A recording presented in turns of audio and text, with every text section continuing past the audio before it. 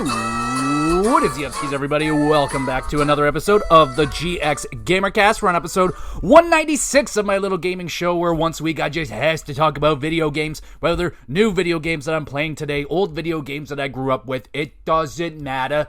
Video games. And today we are going to be answering the question, is Pokopia a system seller? Should you plop down the $600, $700, $800 it costs for a Switch 2 just so you can experience the loveliness that is Pokopia? I will be answering that question today, but before we get into that discussion, let me discuss what I've been up to over the last week or so. As I always encourage you, the viewer, the listener, let me know what you've been up to over the last whatever amount of time. What TV shows have you been watching? What movies have you seen lately? And of course, what frickin' video games are you playing right now? And I'll let you know what I've been up to. All right, we got no movies this week, but we got some TV shows to talk about. So we'll start with Hollywood Hustler. This was on Amazon Prime. It wasn't anything special, admittedly. It's not something I'm going to highly recommend, or you drop everything and watch this right now. It's really not that. It was fine. It was about this douchebag who scams everybody into thinking that he's way more important and bigger in life than he actually is. Sadly, a bunch of people fell for the trick and fell for the Ponzi scheme and so on and so forth. A bunch of people lost their money and investments and life savings because some douchebag was really convincing people that he was important. And that's pretty much the story of that. It was, I'm already forgetting most of the details of the show. It just wasn't really anything all that special. I think it was like a multi-part documentary series as well, which I think was pretty unnecessary. It's not like it's just a Ponzi scheme. Like it's something that's it happens all the time. People get caught up in these things. It's just that this guy got a lot of money out of people, and he lived the life. He was living the life, spending all of their money, and it's just, it's not a pleasant story. It's it's a thief, it's a crook, it's a criminal, and hopefully, he got his comeuppance, somewhat, anyway, not really. He pretty much got away with it. But anyway, it was fine. I'd hit it with like a 6.5 out of 10. If you're interested in Ponzi schemes and scams and scam artists and stuff like that, then go right ahead and watch it. It's probably be good to you. But I watched something else that was definitely more intriguing. This was on Netflix. It's new, and it's called Should I Marry a Murderer? And that is essentially the concept of the show. This very nice young lady, she meets this guy and they fall in love and it's amazing and everything's perfect, sunshine, rainbows, lollipops, and all that good shit. And then shit hits the fan. This guy's like, yo, I got a deep dark secret. Boom, drops the secret on this poor girl, and she's just agreed to marry this man, and now all of a sudden she finds out that he has killed somebody. So she's gonna have to deal with that, and I'm not trying to spoil the whole entire show, but it's pretty fucking good, man. It's pretty compelling. It's a little nail-bitey. It's got that tension in there. It's like, ooh. I mean, the problem is, like, everything turns out okay because she's sitting there on the couch talking to you, telling you the story, so you know that everything's going to end up being okay. But it was still an interesting story. It was good. It was I enjoyed it. I would hit it with a 7.5 out of 10. That's on Netflix, so I would recommend it if you're into those kind of murder shows. It's great to watch with a spouse or a significant other, whatever it be, but that was a pretty good watch. I enjoyed that one. We got more TV shows. We got Peacemaker Season 2. I am sad to announce, looks like at least my wife and I won't be watching this show any longer. My wife is dropping out. She's not into it, y'all. I was like, what? What happened? You were so into Season 1. What's going on? And turns out the interdimensional situation that is going on in Season 2 has turned her off completely from the show. So it is what it is. I'll finish off Invincible Season 2, and then I'll crush Peacemaker Season 2. I'm enjoying it, so I'll finish it off. And I love my guy John Cena. He's still doing fantastic in the show. Admittedly, the interdimensional stuff hasn't been the most compelling part of the show so far, and that is like the main situation of the show. At this point, John Cena has killed one of his doppelgangers from a different dimension, so they're trying to clean up that shit, and it's fine. Like, I will say I did enjoy Season 1 more than I am enjoying Season 2 right now, but I'm only 3 episodes in, so it's still early. There's still lots of time for the show to open up and be awesome, but it's still really good. It's still really enjoying it, so I'll keep watching it. But I also threw on WWE Unreal Season 2.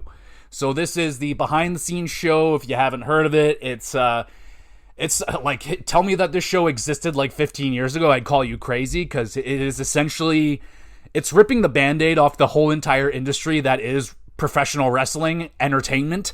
They're like, yep, it's fake, it's story written, it's all predetermined outcomes, like, yep, this is, they don't actually hate each other, they're all good, and it's like, oh, alright then, so you just want to completely take away from the aura, the mystery, the what the hell did they used to call it? I don't know, just the secrecy that was wrestling back in the day. Like, you would never, ever hear stories like this, or have them just unveil the onion the way that they are in this TV show. They're like, yeah, this is filming us in the writing room. We're writing storylines, and this is exactly what's going to happen, and we want this guy to win. And they go on and they tell us that, yep, the referees are basically in the ring to relay information to the wrestlers from the backstage area. So it's like they just completely ruined that part of the business. But I understand why they're doing it. Now there's so many phones and everyone's filming everything in WWE. Those videos have been coming out on a very regular basis. Like, oh, here's a video of John Cena clearly talking to his opponent and discussing the next part of the match. Or here's clearly Triple H grabbing the razor blade to cut his head open. And like, here's so-and-so like clearly faking this and faking that. Oh, look, Randy Orton's not actually hurt. He's faking it. It's like, obviously, it's fucking fake. I'm not a person that's like, oh, wrestling's real, but I'm also like, it's not fake either. Like, it's not like, you can't fake those bumps. Like, them crashing through a table, them crashing through a ladder, them crashing onto the floor, even though it's padded, but you listen to that impact, that hurts. Like, there's no way that wrestling isn't a truly physical sport. It's, yes, it has predetermined outcomes and storylines and all that shit, and the wrestlers are friendly with each other backstage, and in the ring they fucking want to rip each other's heads off. But this is the world we live in now, when everyone has a camera and nothing can be a secret, and they want to just suck the fun out of everything. So yeah, I understand completely why they've made this show, and they've actually done a really good job with it, all things considered. I personally really like looking into the real lives of the wrestlers. Like, they're like, yo, here's Becky Lynch. My real name is Rebecca whatever. And you learn the real names. You learn what their lives are like. You learn what the actual person behind the wrestler is. That is the most compelling part of the show to me. All the other stuff, like, I already know it's fake. I already know all this shit. What I don't know is the personality behind the character of the wrestler. So far I've only watched 2 or 3 episodes, and we got behind the scenes with Becky Lynch and Seth Rollins, who are an actual real life couple behind the scenes, and they have a daughter that they bring on the road, and you get to see all that, and you get to see what their lives are like on the road. And like, it's a dream for a lot of us, but they also tell you, the shortcomings that come with the job, where you're traveling all the time. You don't get the opportunity to raise a family normally. Like, you got to raise your family on the road, and like, it's really strange. And, one heartbreaking scene was Becky Lynch getting ready to go out to the crowd and do her thing, and her daughter's there. She's sobbing, she's crying, she's just unconsolable right now because her mommy is leaving. And that's crude. That sucks. Like, I remember me as a kid, like, watching my dad go to work, and I would just be crushed, and I would sit at the end of the driveway waiting for him to come back, and just, I know that feeling, so I can only imagine how that gutted him, like, just seeing me sitting there at the edge of the driveway, like, waiting for him, but how rewarding that would be, coming home to that, how awesome that is. So, it's a good show. I'm really enjoying it. I love the behind-the-scenes aspect of that part of the show. The rest of it, it's fine. Like, it's not bad by any means. Like, they're just like, they'll have footage of the writing room and them discussing storylines and where they want to go. They discuss the whole R-Truth fucking controversy of them not firing him, but, releasing him, but not releasing him at the same time, and how all that worked out behind the scenes was rather interesting, because we were all asking, like, what the fuck are you guys thinking releasing R-Truth at that time? And it's really cool that they went behind the scenes and showed us what the fuck they were thinking at that time. And it's like, oh, okay, it was just kind of a miscommunication breakdown. And it's like, all right, that's cool. That's good to know. So it wasn't like WWE just firing him straight up. It was like, no, there was a miscommunication, and they weren't talking anymore, and they were very far apart in contract numbers. So yeah, things like that happen. It is a business at the end of the day, and they definitely make that very clear in the show that it is a business, and business decisions will be made, whether they be easy decisions or hard decisions. But yeah, I recommend the show, especially if you're a wrestling fan. If you're not a wrestling fan, it goes down as all the other ones, the F1 Drive to Survive, the golf, all those shows, except it's wrestling. It's behind the scenes. So if you like that stuff, it's really good. I'm really enjoying it. I don't have a score for it yet because I'm not done watching it, but I'm enjoying it. And that is on Netflix as well. So there we go. Let's talk video games. Not a lot of video gaming going on right now other than Planet Coaster 2. Still absolutely dominating that game. I'm in the final areas now, the final levels. And they're fun. Like, there's some levels that suck. There's some levels that are really, really fun. There's some levels that are shockingly easy. And then there's some levels that are shockingly hard. So the balance is a little bit off. Like, it hasn't just been a straight, like, gradual increase in difficulty. There's been spikes in this game, so that hasn't been amazing. I don't think I'm going to be doing like a review on Planet Coaster or anything like that. It's just kind of an enjoyable game for me. I don't think I need to do a big old review on it or anything. I haven't been taking notes, so that would have been good. Anyway, don't plan on doing a Planet Coaster 2 review. I just don't think it really needs one, but we'll see where it goes. We'll see where the episodes land and what kind of stuff we got going on. But other than Planet Coaster, I did start a new game today, one of the newest games out there, and that is Forza Horizon 6. Oh, fuck yeah. So I started up Forza Horizon 6, just started playing it today, only got a couple hours in, and it's Forza Horizon in Japan, baby. It's the setting I've been asking for since like the second Horizon game, and I finally got it. We're in Japan. The cherry blossoms are amazing. The setting is incredible, and it's another Horizon game. That's not a bad thing. Like, so far, there's only been like one or two new additions to the game that I've noticed so far, other than that. But again, you can't really change perfection. I am of the opinion that the Forza Horizon franchise is the best racing franchise in video games right now, and has been dominating that scene, in my opinion, for the last like decade. There's been no other racing game that's come even close to being as awesome as Forza Horizon. So there's that. So I am planning on doing a review on Forza Horizon. I'm taking notes, and I'm really excited to do a review on Forza because I've never done one on this podcast before, and I just want to gush and just go crazy about Forza Horizon because it's some of my favorite games out there right now, and I am enjoying myself. I want to try and take my time. I want to play some online this time around, get some co-op going with the homies, and should be a lot of fun. So we'll see where that goes. And it turns out the homie Kyle, I didn't know this, but he actually purchased the game, and we share an account. So I could have been playing Forza the 4 days before release or whatever, because he got that edition where you can play early. I didn't know that. I was sitting here waiting until the 19th, and I waited like a good boy.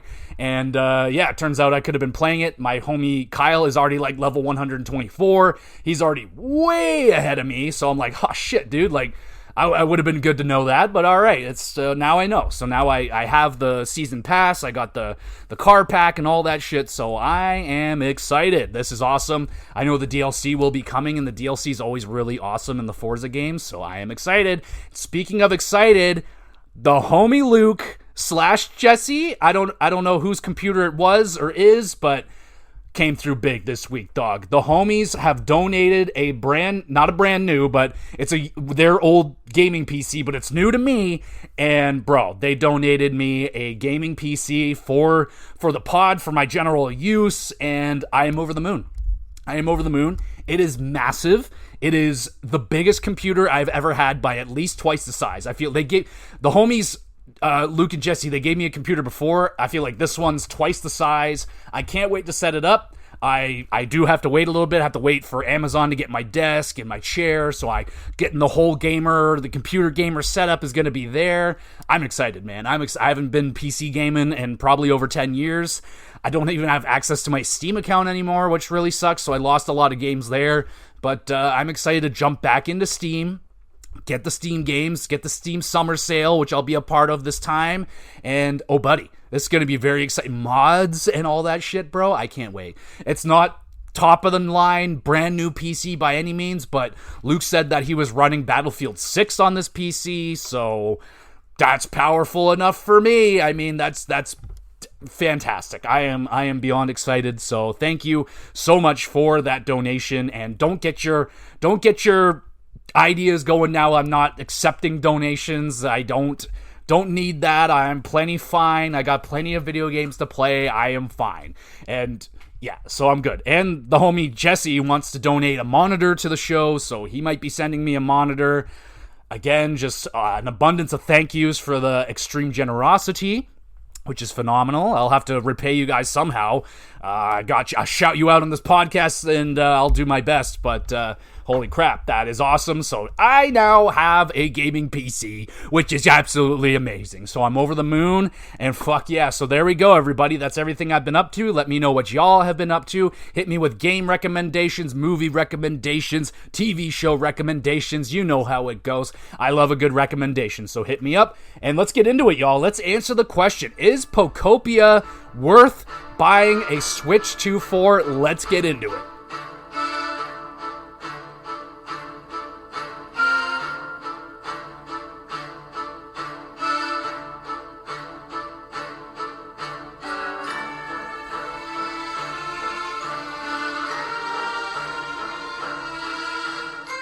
Alright, we got another newer game on this podcast. I've been doing that a little bit more lately. Don't expect that to be the norm. I don't usually purchase brand new video games. This was a spur-of-the-moment purchase because I just got the Switch 2, and I was like, I personally bought a Switch 2 basically for Pokopia, so I am here to answer the question, was it worth it?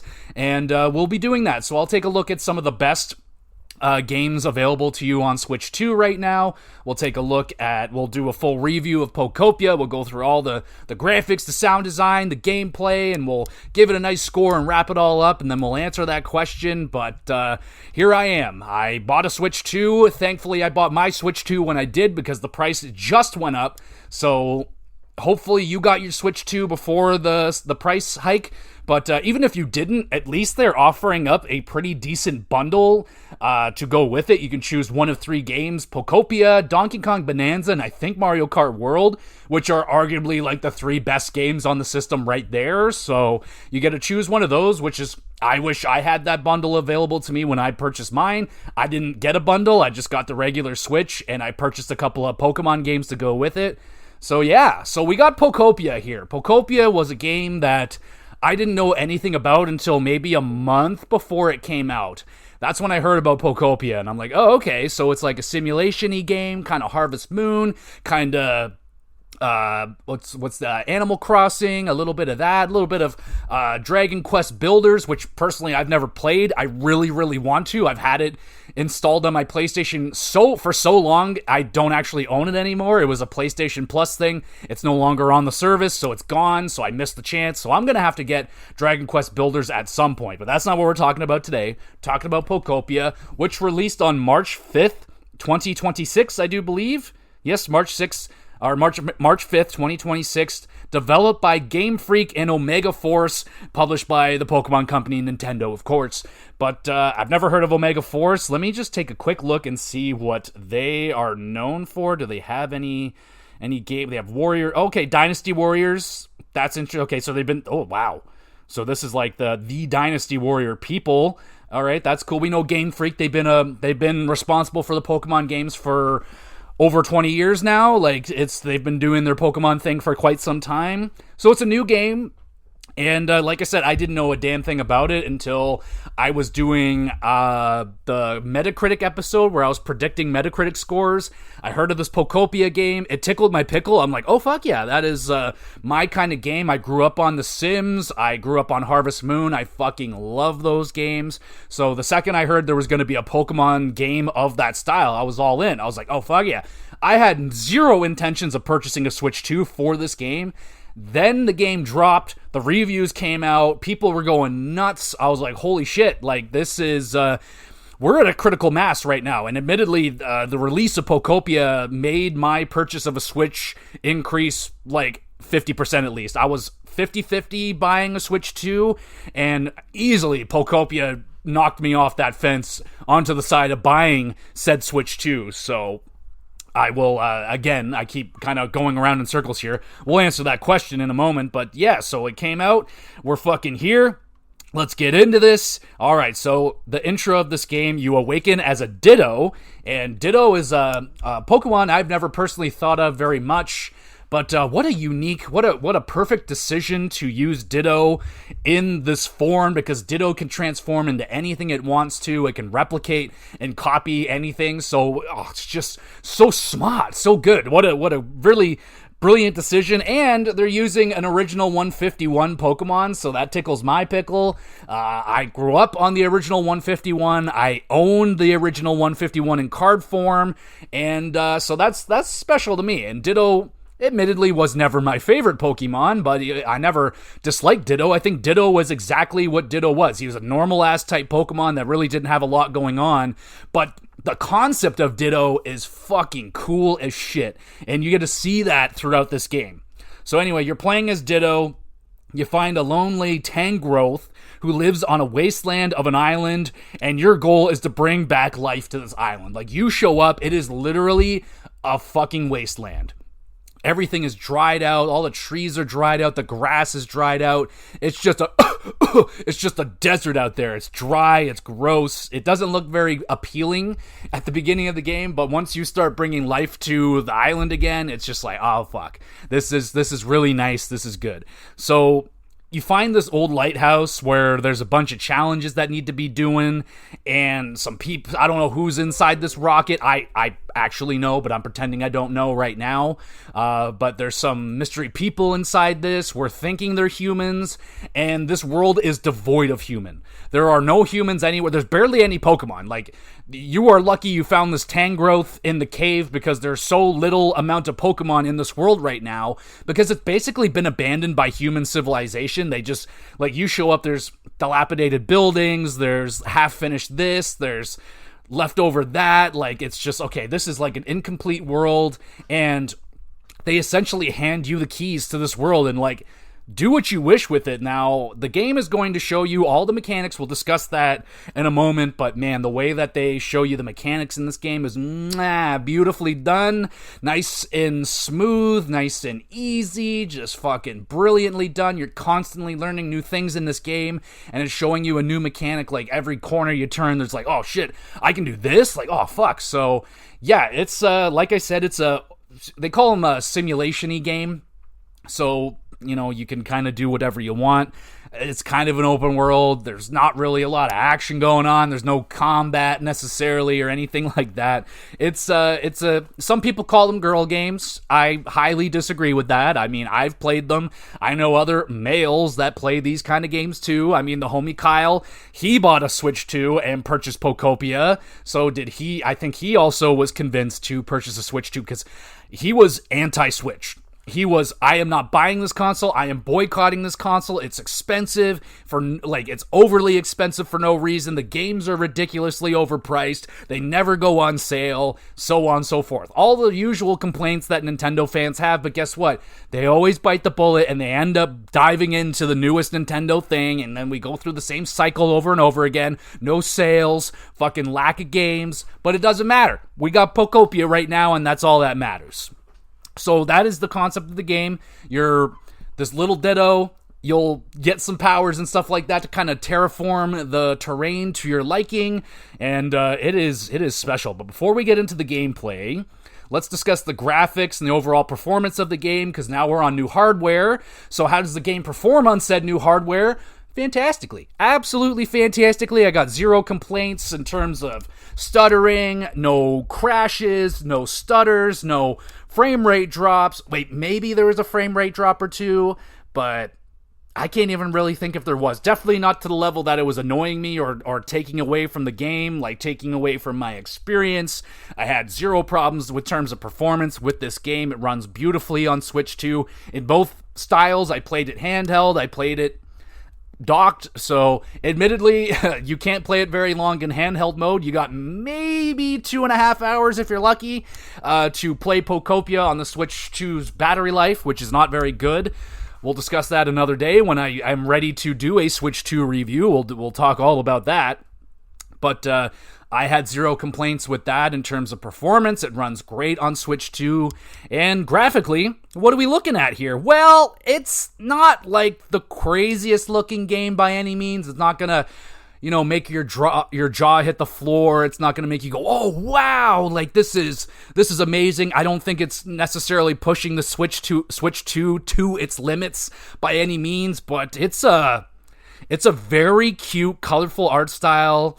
It's not going to knock your socks off, like I said, but it's going to stand the test of time. That is going to be the thing with this art style. You can come back to this game in 15, 20 years. It's still going to be a good-looking game because of the art style. It's simple, but colorful, and it just works, man. It just works. Think of Minecraft, but way more detail and way smoother. Maybe Minecraft is a bad example, but I haven't played Dragon Quest Builders.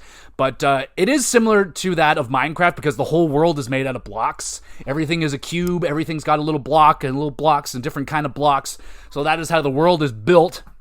But it's a nice little place to be. There's trees, there's different varieties of terrain, like you got dirt, you got water, you got beaches, you got grass, you got wasteland, you got a whole bunch of different kind of areas to work with, different trees and different kind of bushes and flowers and all that kind of stuff. So there's good variety there. And of course, there are tons and tons of adorable Pokemon across all the generations.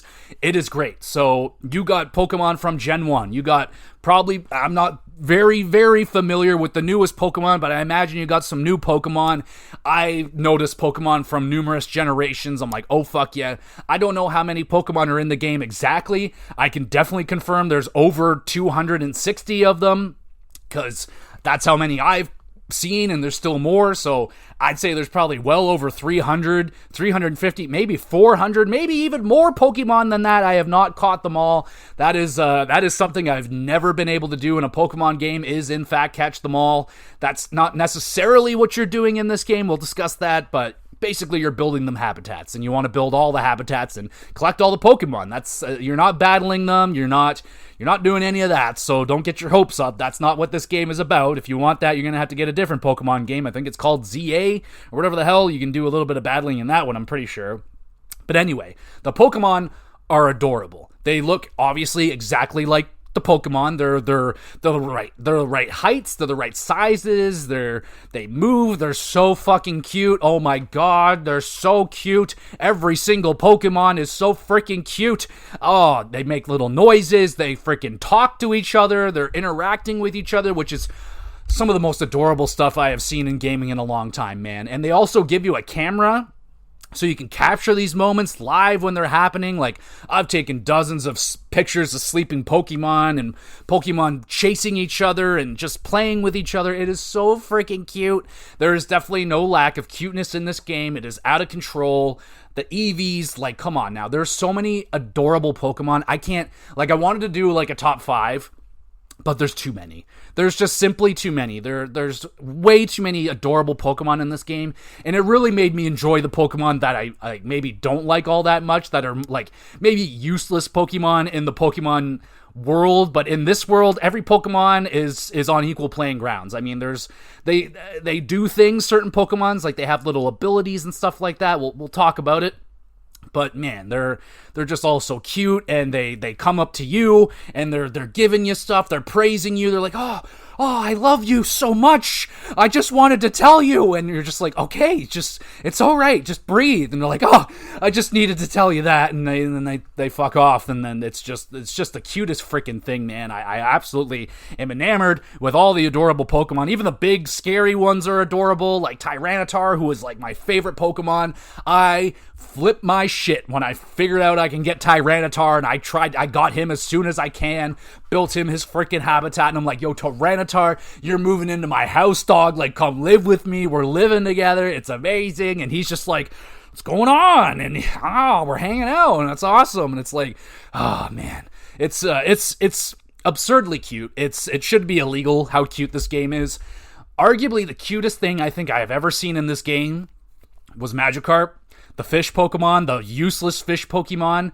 I was not expecting him to get out of the water. Like, obviously I got him in the water. I'm like, of course, he's going to be in the water. He's going to swim around. It's going to be adorable. No. He gets out of the water and is splashing around, and he is walking across the whole island with no water. It blew my mind. I'm like, what is this fish doing? Like, he is just all over the place. He's just walking all over, no water. Like, how are you alive right now? I'm concerned. Should I get you back to the water somehow? But no, he's just flopping around. He fell asleep on a stool. I was like, what is going on with this game? Another thing was the Abra, Kadabra, and Alakazam, those Pokemon, they were doing some funky shit.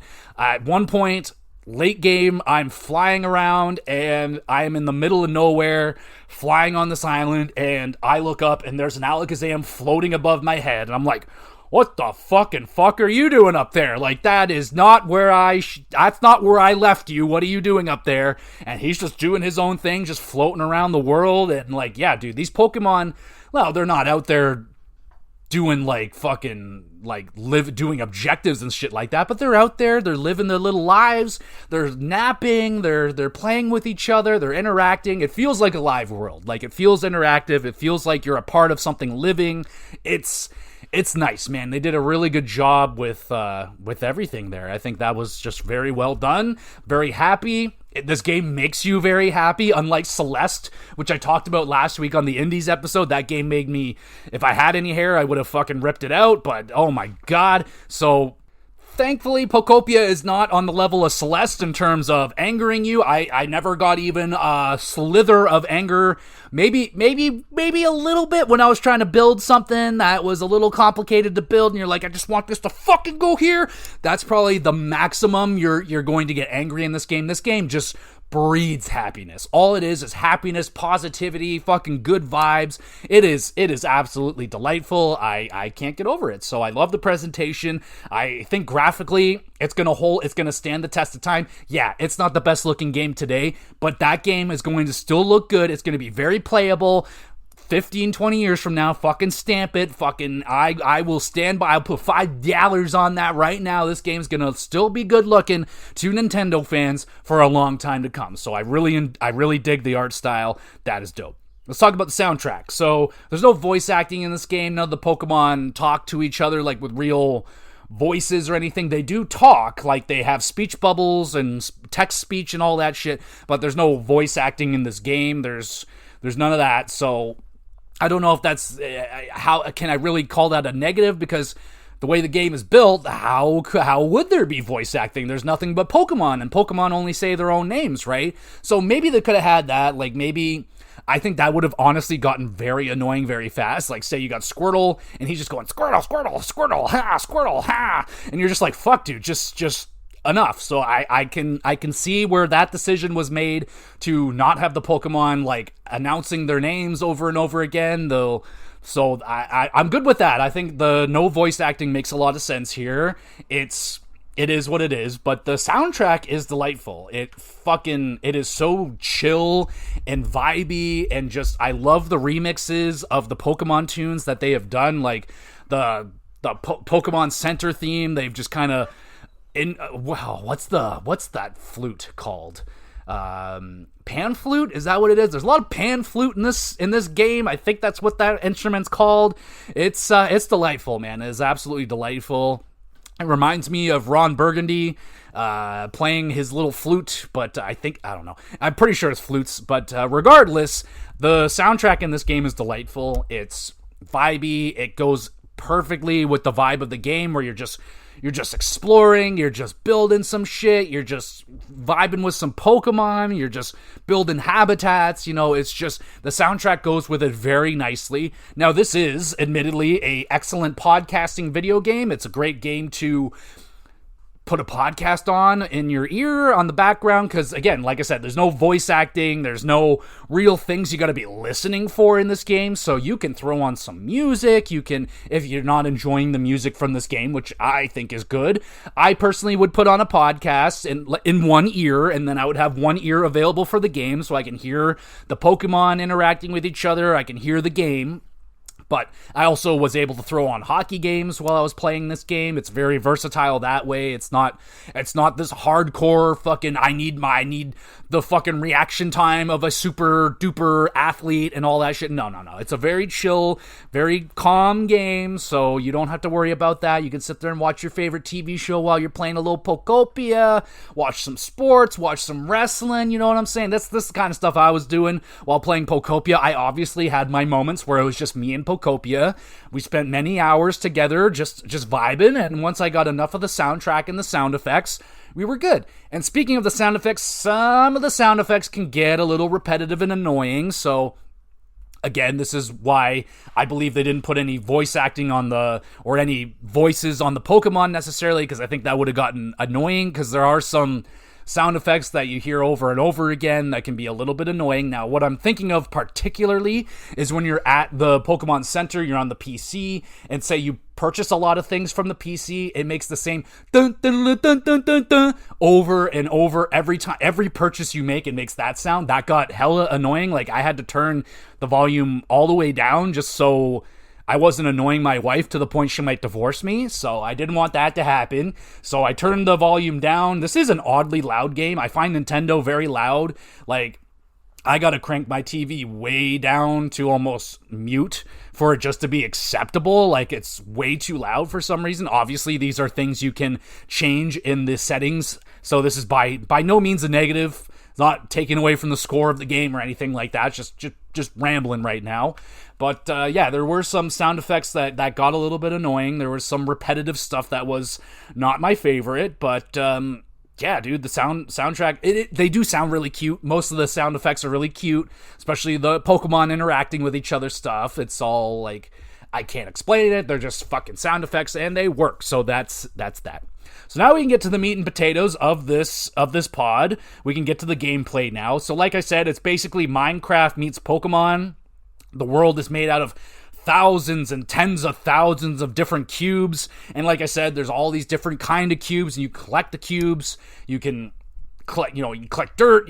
There's so many different kinds of dirt and rock, and there's so many different kinds. And not only just that, there's tons of building materials too. Different kinds of woods, different kinds of brick, and different kinds of stuff to build houses out of. So there's like dozens and dozens and dozens of that kind of stuff, so you can get very creative with this game. Obviously, way more creative than I got. Like, I didn't get really creative with this game. Like, I didn't go Minecraft on this game. I didn't just start dropping blocks all over the place and building things. I mostly stuck with the prefab stuff.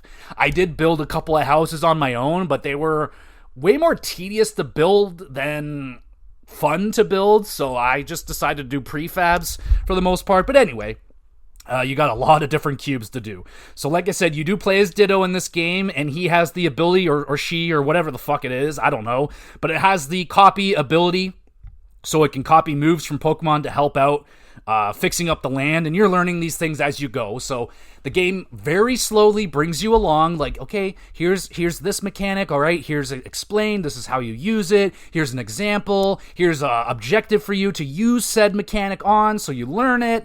It's brilliant. They do a very good job at that. So move by move, they're showing, okay, here's a fucking vine whip or whatever it's called, so you can plant little grass. So you just boom, you pop up a little thing of grass, so you can plant grass all over the place. You can shoot water, so you can bring life back to all the wasteland, so you spit water all over the place, and you make the grass nice and green again. You bring the bush back to the tree, you know what I'm saying? You bring the life back to everything. And eventually you can, like, suck up a bunch of water, and you can, like, move water places. You can build ponds, you can build pools, you can do a whole bunch of shit with that. You got dig, so you can, like, what do you call it? Rototiller or whatever I think the move is called, so you can like till the ground, so you can plant vegetables and flowers and so on and so forth. You got cut, which is pretty self-explanatory. You can cut down trees, you can cut down grass, cut down Pokemon, I don't think you can really you won't kill them or anything. You'll make them upset. They'll be like, hey, knock it off. And then you knock it off. So freaking, you got that. You got surf, so you can swim across the lands, which you get later in the game. These next few you get way later, but which, I mean, these I knew these abilities were coming. I kind of wish they gave me surf and fly a little bit earlier because they are so useful, and especially at getting around in the world. There's also the rock smash. I think it's called rock smash. And that one you actually turn into a graveler and you could actually roll around the world. And that is a good one they give you pretty early in the game that helps you get around the world really fast. And you can also smash shit. Like you hit the button and you can start smashing into the side of a mountain and you start breaking up all the little blocks. You can go down into the ground and like dig a quick cave if you want to. So you got that move as well. You get fly way later in the game. You get the ability to fly. So obviously you can fly around. There's actually, spoiler alert, there is a land that you get to later in the game that's all in the air. So that is like essential. You got to have the flying ability to even just get to the other lands. So that was really cool. And then you get the waterfall ability, which admittedly I used like 3 times maybe, if that. Like you can shoot yourself up a waterfall. So if you find a waterfall, you can go shoot yourself right up it, just like in the video game, man. It's just all these moves work just like they work in the video game. Cutting down trees and, well, dig isn't really used the same way as it is in the video game. But anyway, it doesn't matter. So those are the abilities that they give you, and combined, you can, like I said, you can change the world around you. You can terraform it. You can make things bigger, smaller, get rid of them completely, and all that shit. So it's great. You'll be able to upgrade these skills as well by cooking meals. That's kind of later on as well. But eventually you'll get the ability to cook, and you can put down some cooking stuff, and then bam, you get your resources, you get your berries, you get your whatever the fuck you want to do, and you can cook some meals, which will upgrade the abilities. So, for example, you eat a meal, and that rock smash ability, now you can actually smash really hard rocks. So for the most part, it's like, oh, you can't smash this is too hard. But once you eat a meal, you can actually break any brick you want. You can break through anything. So as long as you keep yourself full, you will be okay. And you do have PP, just like in the video games. You can only use moves so many times before you get tired. To rectify that, in Pokopia, you just eat some food, eat some berries, eat some beans, eat some tomatoes, eat a potato, you know what I'm saying? Eat anything and you'll be fine. You'll regain your PP and you'll be able to continue on with your moves. All right, what else do we got? So the game starts you out in this large zone, and you will eventually, like I talked about, you'll unlock new zones with all new resources, habitats, and Pokemon. So it is great. It brings you along slowly. You start out, you get one island, and they connect. So you'll be in the starting area, you'll find like a door, and it's locked, and you're like, what the fuck? And it'll be like, oh, you got to get your habitat, you got to get your environment level up before you can move on to the next area. So to increase your environment level, you have to build habitats and make sure that the Pokemon in said habitats are comfortable. So that is a main objective of the game. We'll get to that in a moment. But you start in these big zones. You get all new resources. Like every new zone you get to, it's kind of a different area. Like you start out in kind of a wasteland. Then you get a beach. Then you get a rocky, mountainous area, so on and so forth. And each area has, like, the beach has a lot of different sands you can use. And the rocky area has a lot of different rocks you can use. And you can go down into the mines and mine like coal and silver and gold and Pokemetal. You got Pokemetal in this game. It's so key. So you got to get that kind of stuff. Yeah, and each zone will have a main quest to do, which will teach you the new mechanics throughout the game, like I discussed.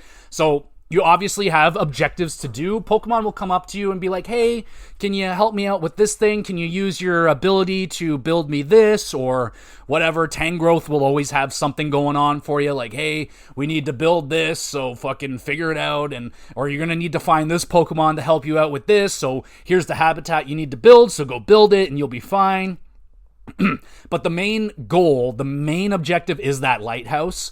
So the lighthouse has like numerous levels to it. So it'll be like, hey, I need fucking 10 pieces of wood. I need 10 stone and like so on and so forth. So basically you just need to bring it stuff, and eventually it's just going to make the stuff it wants is harder and harder to get, and you need to play more of the game to find said things that it's looking for.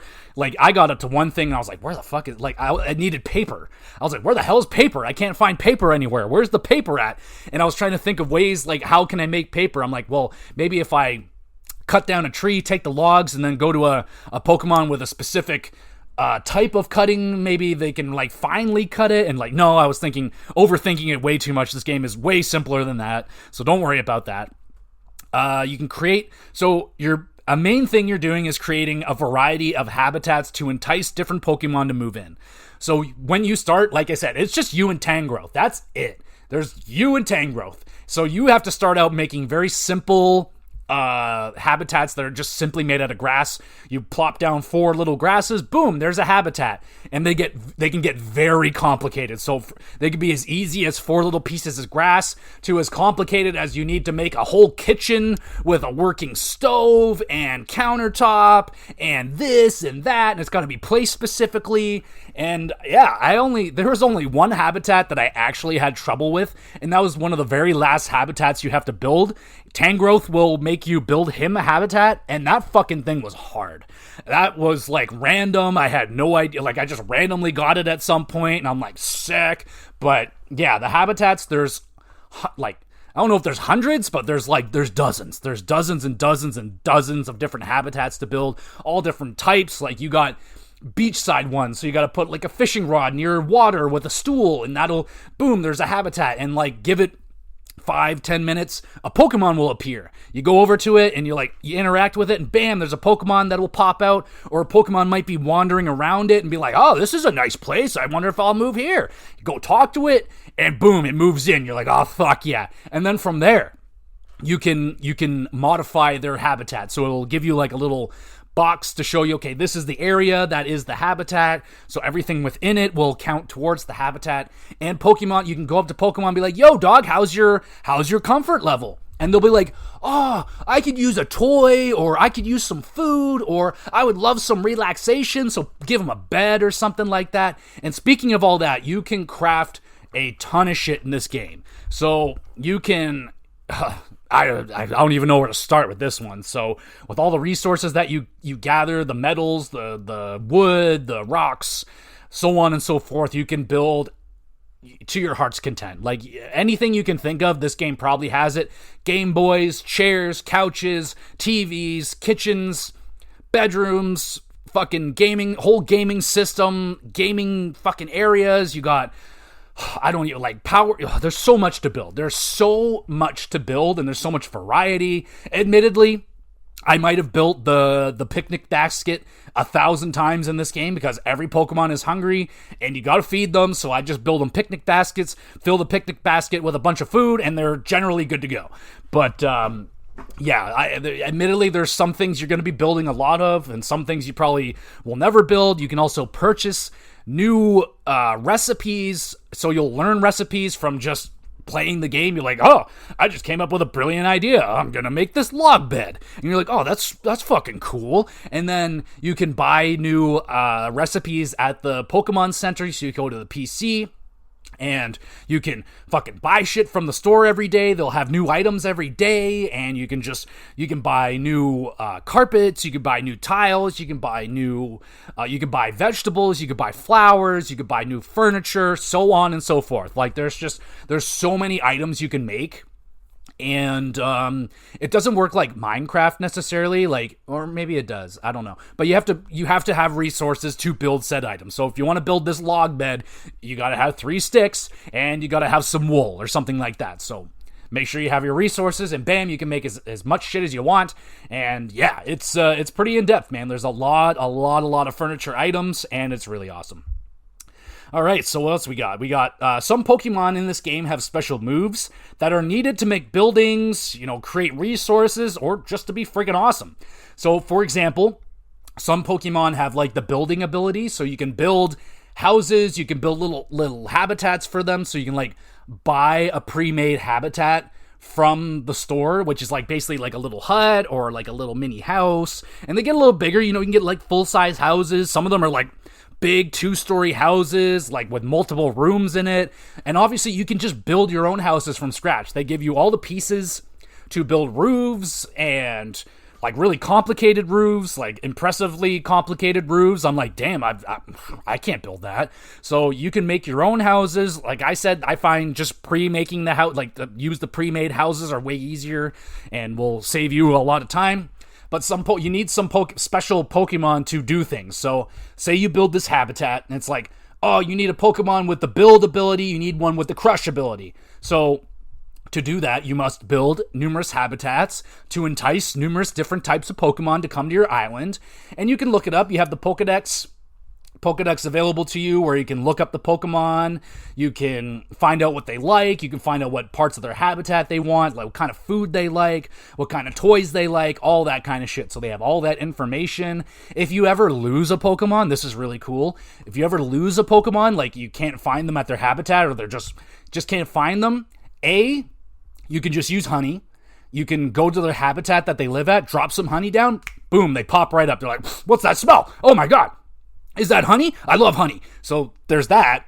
You can go to the Pokedex, select the Pokemon, then you can go ask another Pokemon. They'll be like, oh, I think I saw him over this direction, and they'll kind of point you in that direction. Or third, and probably the coolest option, is some Pokemon have the teleport ability, and like Alakazam, go to Alakazam, be like, yo, I'm looking for Charizard. He'll be like, I will fucking teleport you right to him. And you're like, yeah? And then it does it. It's so cool, man. It's so cool. That mechanic was really cool. I really enjoyed that. But yeah, Pokemon have a variety of moves. They have burning abilities, so they can light your fires for you. You have electric Pokemon that can turn the power on around the island. So if you have a TV you want powered or a light bulb, you bring that Pokemon over to it until you get like utility poles and like more complicated shit. There is some complexities to this game. Like I said, there is like you can attach utility poles all around your island and connect power to them, and you can connect that to habitats that will give it light and turn on fans and so on and so forth, whatever the fuck you got. There's so much stuff. So other powers, they got the water ability, the plant ability, so like you can bring a Venusaur with you and bring it over to your plants, and it'll bloom your plants right away, so you don't have to wait for them. Like, man, there are some freaking really, really useful things. So in every zone, there is a Pokemon Center. And inside the Pokemon Center, after you build it, so you have to go through a little bit of shit. You have to entice enough Pokemon to come around. You got to increase the environment level, and then eventually you'll get the building kit to rebuild the Pokemon Center. And when you have it built, inside there might be a Pokemon in there selling some special items. Kind of depends on the day. I haven't seen everything, but some days there's a Pokemon in there selling shit. Some days there's not. You can also go in there and refill your PP if you're low and don't have any food. You can go in there, refill that. You can also duplicate items. I never really played around with it, admittedly. I don't really know how it works, but I guess you can duplicate items using Pokemetal. I believe that's what you got to do. So you can do that. If you don't have the recipe for a particular bed you like, but you have that bed, you can take it, duplicate it, then you got another one. I'm pretty sure that's how that works, but another really cool mechanic right there. And that's the thing about this game, the mechanic, like everything you think of, this game has it, and it works. That's it's very impressive. I wish I can think of an example right now. Like the one for like finding the Pokemon, just how easy and effective that was. I was just really impressed with that. So the other thing you're doing is increasing the environment level by improving habitats, placing and building furniture, increasing the level, unlocks new recipes, new areas to explore, etc. Yeah. So you're also completing challenges to earn money. So you do get money in this game. We'll just call them Pokebucks or some shit. But you get Pokebucks from doing challenges, whether it's like cut down 5 trees, collect 5 stones. Pretty much anything you do is working towards a challenge, which is great. You're constantly getting rewarded in this game. That dopamine is constantly getting hit, and it's doing good. It's doing really good right there. So what else we got? Complete challenges, yes. So challenges include like, I don't know, build this certain habitat, entice this certain Pokemon to show up, make it rain was one of the early challenges you have to do, is like make it rain. Like, they're like, there hasn't been rain here in like 20 years. Let's find a Slowpoke and then do something with the Slowpoke to make it rain, and boom. So you got like you have your main objectives, like sub objectives. Then there's like really small objectives, like Pokemon will come up to you and ask you for shit, whether it be one tasked me with making them a waterfall, which was actually kind of a big deal. So I had to make them a waterfall, which I had to then find a certain Pokemon. I had to build a certain habitat, entice that Pokemon to show up. Then that Pokemon would teach me how to do waterfall, and then I can make the waterfall for that Pokemon. So Pokemon will come up to you and give you little tasks. They also come up to you with like these little games, which is probably one of the only negatives I can come up with in this game, is they're not very fun. And I never want to do them, but I always do them because they're just so damn cute and I don't want to say no to them. But they'll come up to you and be like, hey, I got a quiz for you. And they'll ask you the stupidest question like, oh, fuck, what's Gyarados' least favorite food? Is it spicy or is it sweet flavor? And you pick one of the options, you get it right. You don't get anything for it other than minor satisfaction for getting something right. And then they just fuck off. They're like, ha, thank you. And then they leave. Or they'll come up to you. The worst one is they want to play hide and seek.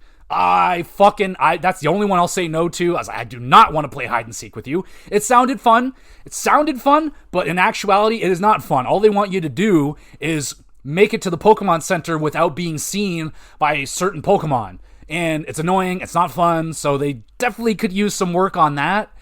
Find some mini games that are actually fun for you to do. There was like this week where Bulbasaur was doing like a skip rope challenge, which was... It was fine. Like, it was probably one of probably the best of the little tasks that they would ask you to do. But yeah, they're just not very good. I'm never really excited when a Pokemon comes up to me and is like, hey, do you want to play a quiz or do you want to do... I'm just like, no, not really. I really don't want to. So there is that. That's like one of the only negatives I can really come up with. You're able to hit a button to instantly sort your inventory, which is great. You have a huge inventory that you can increase. You can upgrade it so you can carry more shit. You can build, storage boxes so you can put shit in your storage. So you're okay there. But I found it very nice. It took me a little bit to find this mechanic, but you just press the X button, hold X, and it sorts everything by items. So you got all your furniture, all your flower stuff, all your bricks, and all that kind of shit all together. So that's really nice. I really enjoy that. What else we got? Use your Pokedex to get more in-depth. I already talked about that. So yeah, that's pretty much all the stuff you're doing in this game. The main cycle of the main loop of this game is building habitats to unlock new shit, to unlock more new habitats and unlock new areas to go to, and so on and so forth. So I rolled credits on this game at about 80 hours, which is a pretty hefty video game. That's a big game right there. There's a lot to do, and after you roll credits, you are able to continue building your island to your heart's content. You can build whatever the fuck you want to. You want to build a 100-foot skyscraper, go right ahead, even though there's already one in the game, but go for it. You can do that. You can build whatever you want to build, or you can destroy whatever you want to destroy. You can just do whatever you want. Me, I got to the point where I just didn't have the resources to do what I wanted to do anymore. I built these massive factories that the game wanted me to do for the legendary birds. So I built those three, like the power plant, the giant fire altar thing, and the winter chamber. I built those, and that pretty much wiped me out of all my resources that I have.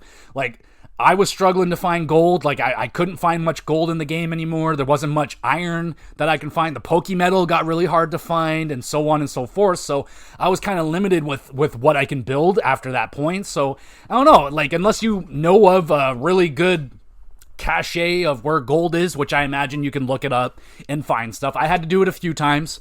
Like, look up, there'll be like, they're like, a certain item I need for, a habitat I might have forgotten that I purchased and put it somewhere, so I have to go looking for it. Or they might have, I was looking for a set of tires, and they're like, oh, there's a set of tires on this island over here. You go there and you jump over there and press this button, and then you find the tires, and you're like, oh, sweet, okay. So I looked up things for that, and I looked up a couple of times where to find certain resources. I'm like, oh, I can't find any more of this. Where's this? And they're like, oh, there's a huge cache of it over here where you found the onyx. You're like, oh, okay, yeah, I could do that. So that's sweet. But yeah, I found, I got pretty tapped out. Once I built everything, you can still collect all the Pokemon, but I got to the point where I'm like, I don't have these items. I don't know where to get them. Don't know how to get them. I might just have to wait it out day after day to wait until it finally appears in the Pokemon Center, which I don't really want to do. But the replayability is very high. You can You can replay this game. You can build all different islands. You can just continue to play. Like I could see. I would believe people to put like over 500 hours in this game. I could totally see that. I wouldn't be entirely shocked. But if you want to just roll credits, do all the objectives. Like I finished all the objectives. There's no more objectives for me to do. I did everything. I learned everything, and there's nothing left for me to do. There's no more objectives. So you have to kind of create your own. And that's when, like, if you're really inventive with Minecraft, you can have a lot of fun here. You can build things. You can do whatever you want. There is limited space. So, like, every area, it's got, like, a point of no return. There's, like, okay, it starts to gray out, get a little smoky, and you're like, okay, I can't go any further than here. So you do have boundaries in each area, but they're very big areas. Like they're big. They're big. So there's lots of potential you can do. There's lots of elevation, so you can go way up into the air. You can go deep down into the ground. So there's a lot you can do. So with that being said, let's go through the cons and the pros of this game, and then we'll answer the question, is Pokopia worth buying a Switch 2 for? All right, the cons. Like I said, the little side games that Pokemon play with you could definitely use some improvement. They're not very fun, and I do not look forward to doing them whatsoever.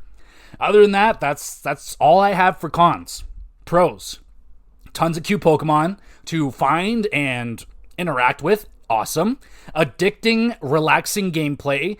Time flies when you're playing this game. Like 2 or 3 hours will fly by before you know it.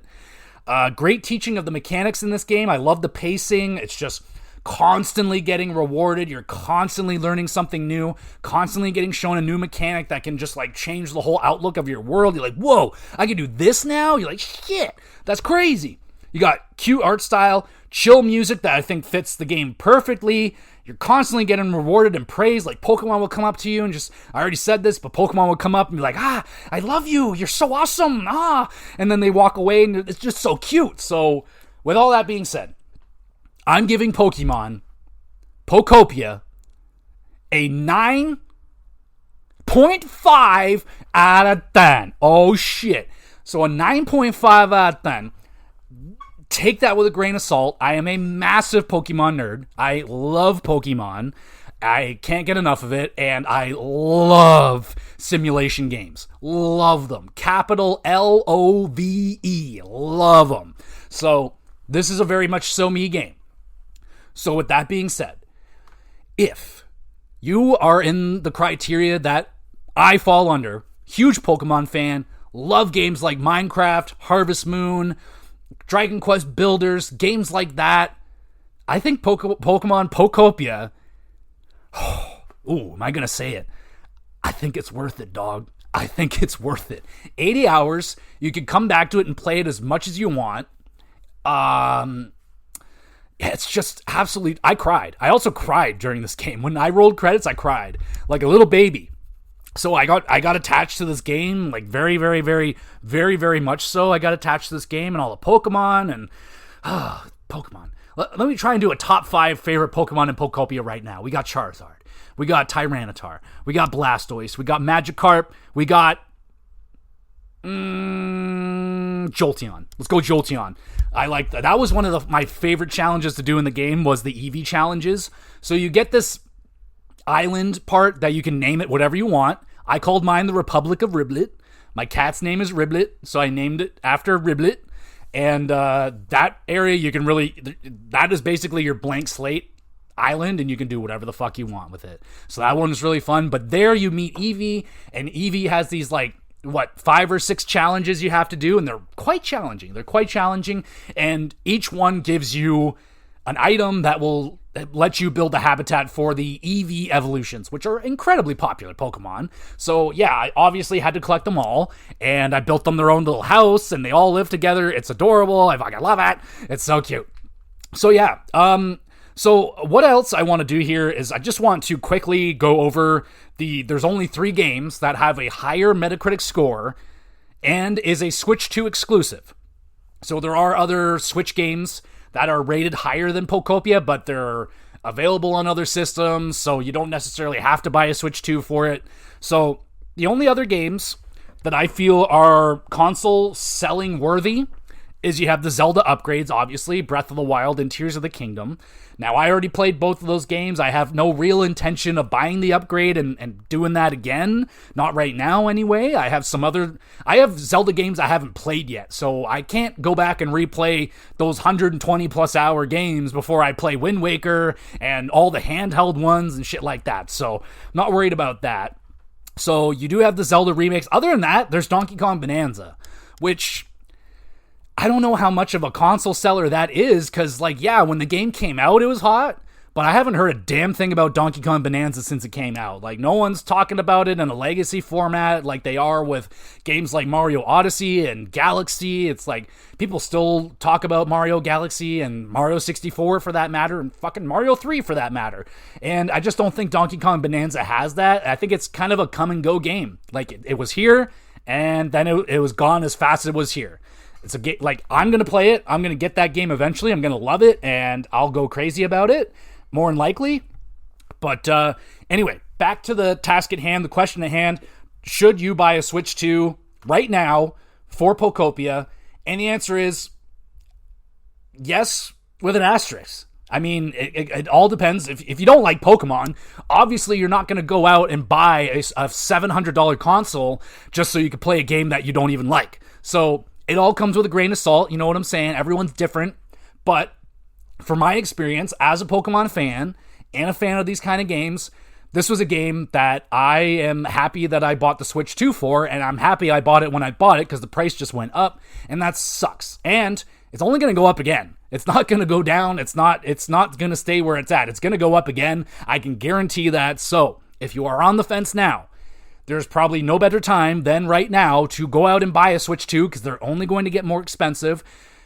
And just do your research. Like me, I already know there's going to be a Zelda, there's going to be a Mario, there's going to be an Animal Crossing, and I can't miss those games. So I bought a Switch 2 because I know I can't miss them.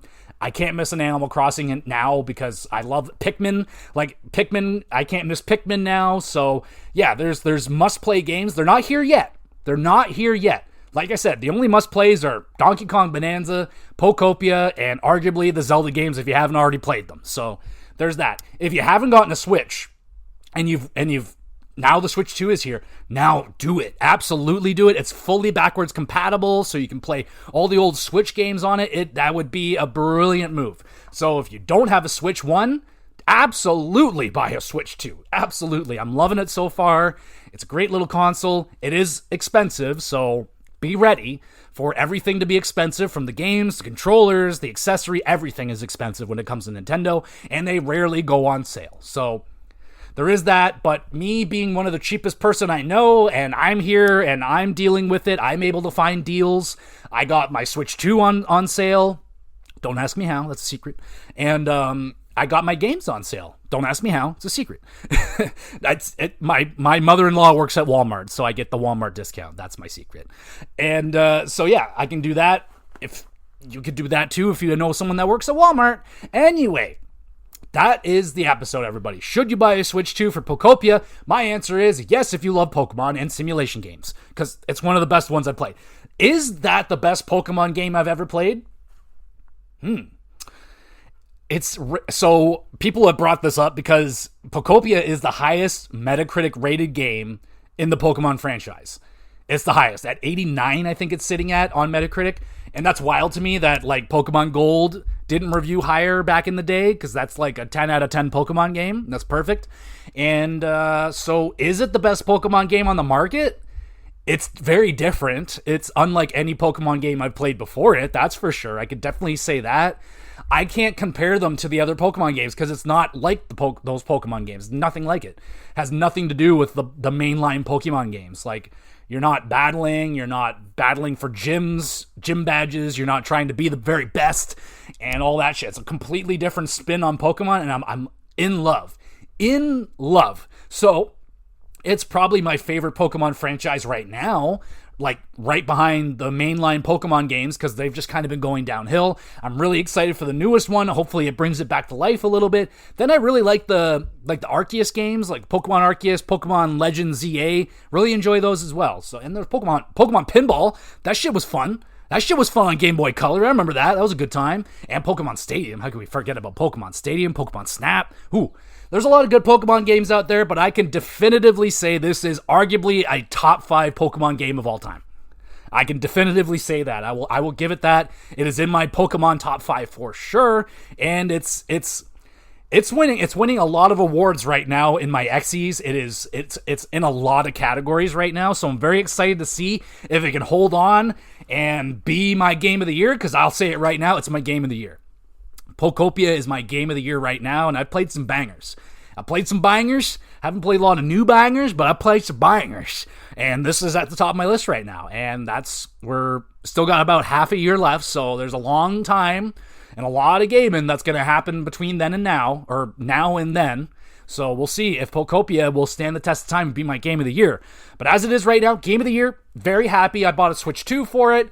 And let me know, do you have a Switch 2? Do you plan on getting a Switch 2? Or do you not have a Switch at all and plan on getting into it now? Because I think now is a great time, especially with the Switch 2. With backwards compatibility and all that shit, you got a huge library of Switch games, excellent Switch games to play, and they're slightly getting cheaper now because the Switch 2 is out. Switch 1 games are getting a little bit less expensive. I'm not going to say they're there yet, but they're getting a little bit. There's some price drops. There's been like a $10, $15 price drop on quite a lot of essential Switch games. So now's a great time, in my opinion. So yes, buy a Switch 2. Go out and buy a Switch 2. I think it's worth it. I'm enjoying it, and I'll eventually do a full review on it. But not yet. I'm not ready yet. I've only played one Switch 2 game so far, so I need to get some more games under my belt. Need to have some more hours under my belt with the Switch 2 before I have my final opinion with it. So there we go, everybody. Thank you so much for listening. You the best. You want to be even more of the best, make sure you're reviewing and sharing the podcast around with a few friends, maybe an enemy, why not? And you can check out my YouTube channel, please and thank you. It's called GxGamerCast Videos. The link will be in the description. And lately, I've just been uploading short videos of my cats. It's been going great. I'm gaining subscribers like crazy. I'm getting views like I've never gotten in 15 years on YouTube. So it's been awesome. It's been very fun.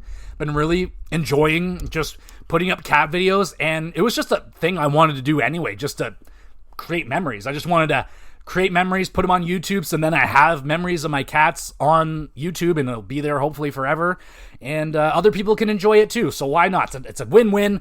I enjoy it, people seem to be enjoying it, so go check it out, please and thank you. I also upload all these episodes to the YouTube channel, so if you want to watch it for some reason on YouTube, you can. It's available to you there. And yeah, in terms of other episodes we got going on, I got best sequels list to do. We got hardest FromSoft bosses and games. We got Forza Horizon 6 review incoming. We got a mystery Legend of Zelda game I'll be starting really soon. That'll be incoming. Yeah, so, and also episode 200 is right around the corner. I'm not really ready for it, so we'll see what happens. I have a game in mind. I haven't played it in a long time, so I hope my memory holds true, but hopefully that'll be episode 200. I'm not going to say the game, but you'll see it on episode 200 more than likely. If not, I might just do like my favorite video games of all time again, do an updated list, even though I did that list only like a year and a half ago, so it's like not going to be that updated, so I don't think that's going to be it. Probably just going to stick with the game that I want to choose at 200, and we'll do that. So there we go, everybody. Thank you again so much for listening. You the best, and we'll be back again with some GX Blister.